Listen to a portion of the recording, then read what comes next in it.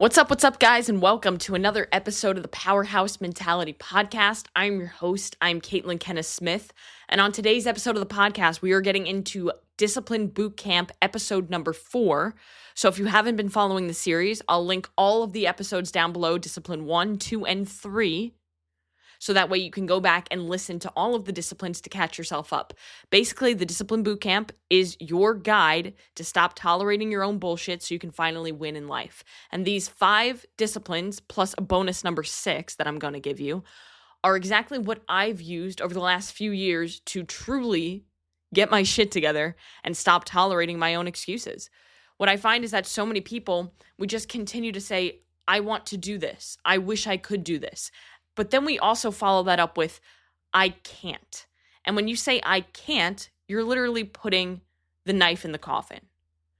You can, maybe you're just not there yet, but that doesn't mean that you cannot. I believe the word can't should not even be something that ever comes out of somebody's mouth.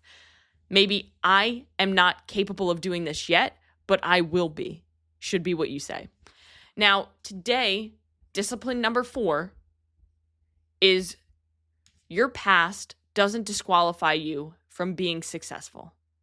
And this one is a big one because it's currently trending where a lot of people on social media are showing off their trauma. It's like we're in a trauma war. Everybody's competing with each other to see who has more trauma or who has worse circumstances in life. And to me, that's frankly stupid and disgusting.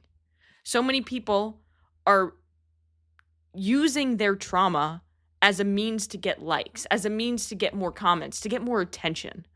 Because people like drama, people like trauma, people feel attracted to it, and people almost want to spread it. And that kind of negativity and constantly reminding yourself of what you've been through in your life may not necessarily be the most productive thing for you to do. Because you have options, right? We've all been through horrific shit in our life. Everybody has a story. Everybody's been through something extremely challenging. It's just part of life. Things like this happen. But you get to decide if you're going to be the person who says, I can't accomplish my goals because this thing happened to me. Or you could be the person who says, I can accomplish my goals and I will accomplish my goals because these things happened to me. Your past can either be your prison or your past can be your power. But the only person who gets to decide that is you.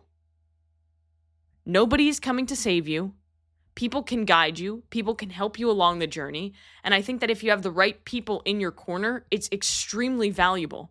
But at the end of the day, it's you and the person who's looking back at you in the mirror. You are the only person who can take action. And if you continue to allow the things that happened to you in your past to hold you back from taking action or allowing you to be afraid to take action, then you're always going to remain stuck and always going to feel inadequate because you're not doing what you want to do. You're not doing what you said you would do. You're not keeping the commitments you make to yourself. You're allowing fear to take over your life, and you're not able to be consistent because every single time that you see success, the trauma or your past comes back up because you haven't processed it or worked through it, and it starts to tell you you're not enough, you don't deserve success. And then you just stop. You sabotage yourself. Look, you're not alone. Everybody's been through something. Everybody.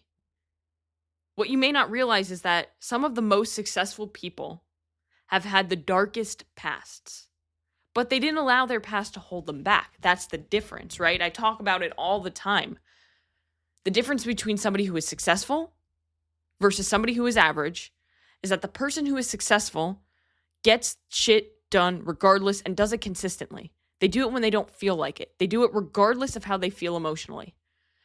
Where the person who remains average does it when they feel like it. And if they're not motivated or inspired, they just don't do it. And they're not consistent and they don't show up when they don't feel like it. The only difference is that you think that there's this big thing that you're missing. The only big thing that you're missing is the lack of consistency. And a lot of you lack consistency because you're allowing your past to hold you back. But let me tell you, no amount of anxiety will change the future. No amount of regret will change the past, but any amount of action or gratitude will change the present. So it's all up to you at this point. Now, I'm a big believer that everything happens for a reason. And I understand that when you're in the thick of things, it may be really hard to see what that reason is, but eventually it does all come together and make sense. My own journey is an example of how true that is. The abuse, the family drug addiction, the suicide attempts, the eating disorder, all of those things could have caused me to become the victim of my own circumstances. And they did for a period of time. I'm not going to lie to you guys. There was a period of time in my life where I was the person who always was feeling sorry for themselves, who wished, why me? Why does this always happen to me? I can't do anything because this happened to me. When in all reality, all I had to do was act on the things that I wanted and stay consistent and show up regardless of how I was feeling and stop letting the past impact my present. And I could completely change my life. And it wasn't until 4 years ago when I started 75 Hard that I truly realized what I was capable of when I gave myself no other option. I didn't allow my past or my insecurities to hold me back anymore.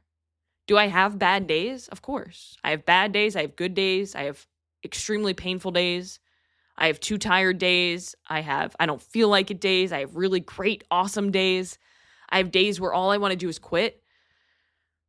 And the difference is that I always show up and give my best effort no matter what. And your 100% on Monday may look different from your 100% on Saturday. But all that matters is that you show up and you give that 100% and that you keep the commitments that you make to yourself.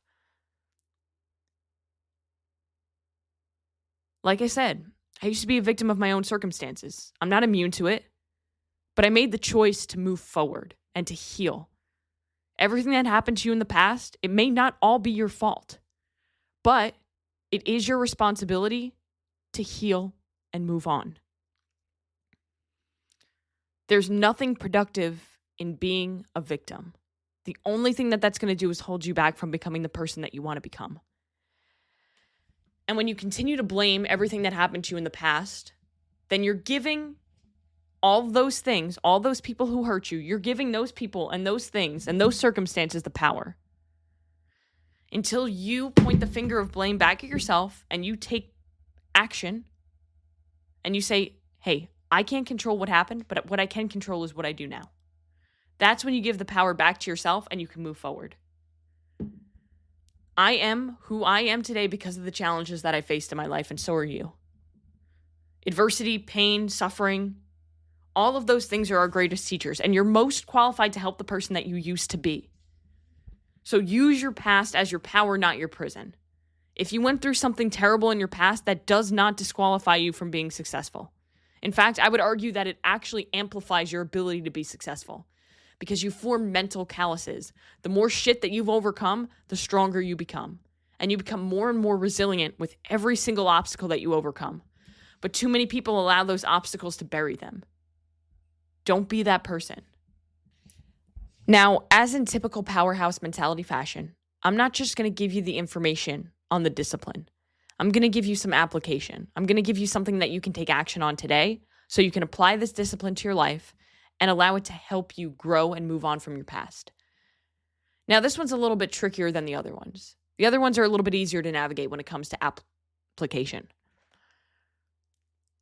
Because this one's more doing the inner work. And doing the inner work is arguably more difficult than doing the outer work.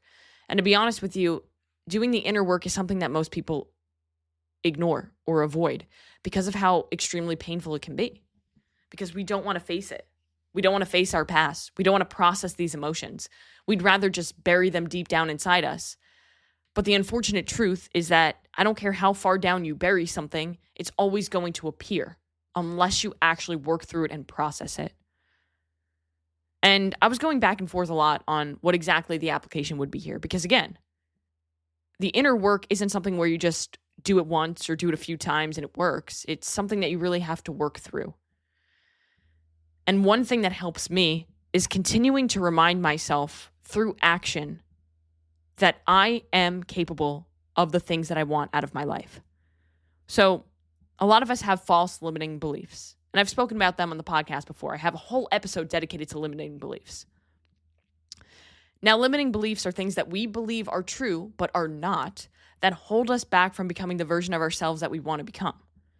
It's something that is created from our past, or something that has happened to us, or something that somebody said to us that we thought that was true. So now every time we're put in that situation, we do everything in our power to prove that true. For example, if in your childhood you had somebody make you feel like you were not good enough, or somebody who was always talking shit on you, you grow up and you believe that you are not good enough. You do not deserve success. So every time you go and chase success, you self-sabotage yourself anytime you get a little bit of a taste of it, and you can't figure out why you keep failing yourself. It's because you don't truly believe that you can do this because somebody or something in your past made you feel inadequate.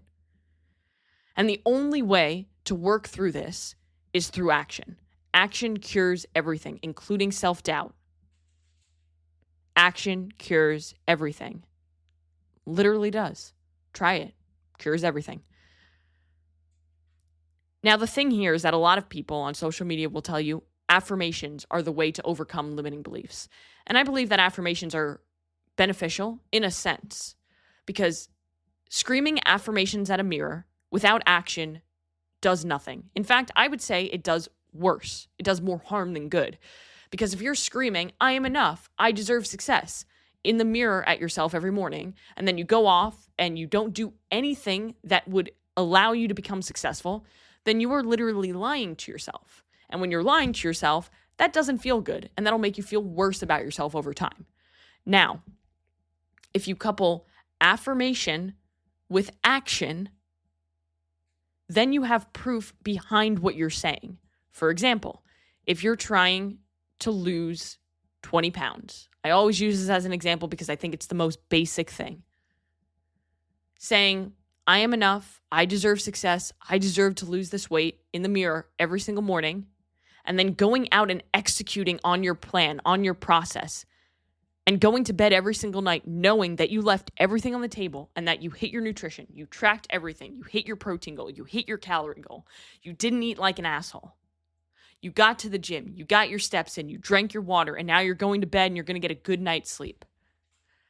That is when affirmations can work. That is when affirmations can be beneficial.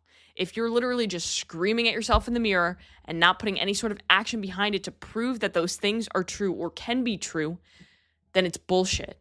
And your brain doesn't like bullshit.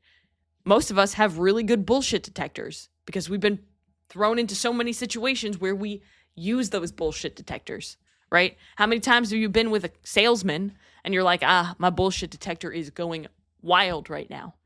Well, every single time that you tell yourself that I deserve success, but you're not out there taking action to get that success, your bullshit detector is pointing right at you and it's going crazy. So the action or the application is to take action to prove those things true. That way, the action becomes the proof. And you want to make that proof undeniable. Like, be relentless in your pursuit. Be undeniable. Let people think you're fucking crazy for being committed to your goals. Who cares what they think? It's your life. They may not see your vision, but you do, and that's all that matters. So,